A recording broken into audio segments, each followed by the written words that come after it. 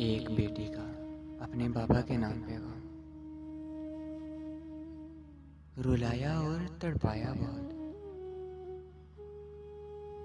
रुलाया और तड़पाया बहुत,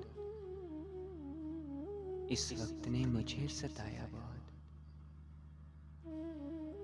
वो लोग जो सबसे खास थे और दिल के बहुत ही पास थे, वो लोग जो सबसे खास थे और दिल के बहुत ही पास थे, यकदम यूं वो दूर हुए कि दिल चूरो चूर हुए। वो यादें, वो बातें, वो लम्हे, वो यादें, वो बातें, वो लम्हे,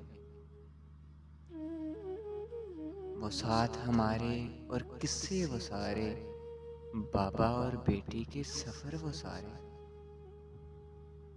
नहीं खुशियां बची अब घर हमारे,